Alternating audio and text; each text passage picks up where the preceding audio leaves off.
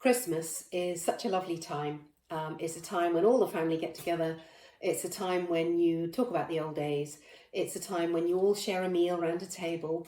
It's a time when you look at the old photographs of last Christmas and all the silly hats you wore and somebody falling asleep in the corner.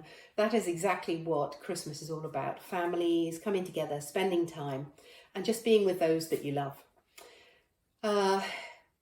Christmas is great in that visitors come to the house, come and see the person with dementia. Maybe they haven't seen them for a while, so it's a great time to catch up. And this is all great. But for somebody with dementia, Christmas can be sometimes a little bit overwhelming. The structure to the day is different. Different faces appear in the house. They may have forgotten that, Auntie Gladys is visiting or their grandchildren are visiting. The noise levels may increase. The chaos in the house may increase, which is all part of Christmas. But when you're dealing with dementia of any sort, you have quite a lot going on that you're already dealing with, and an entire influx of family members into the house may or may not be something that you welcome with open arms.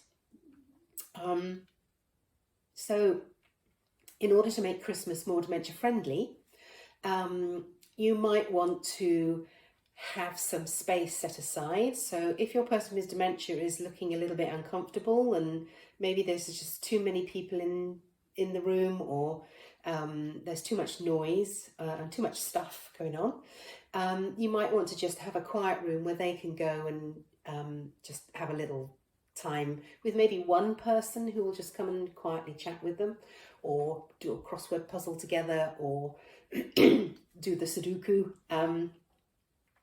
Just give them some space and time to just decompress. A lot of us like a lot of people around, lots of noise, lots of chat, lots of laughter, clinking of glasses, all of the things that come with Christmas.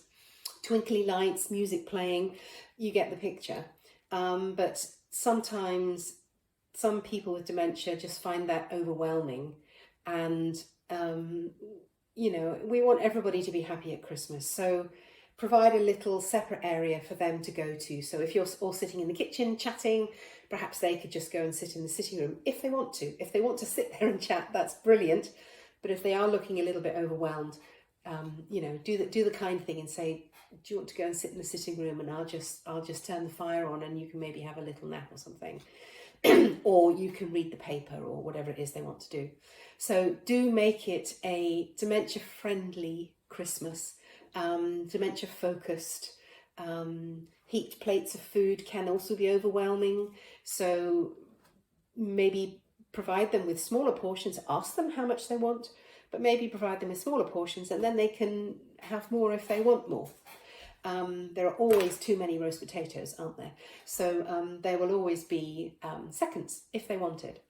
So providing a quiet space, not overwhelming them in any way, but also making the most of having different family members who maybe they haven't seen recently. The grandchildren grow up, don't they, with alarming rate. So the little granddaughter who came last year will probably be about up here this year. So your person with dementia may struggle to recognise them. So give them little clues.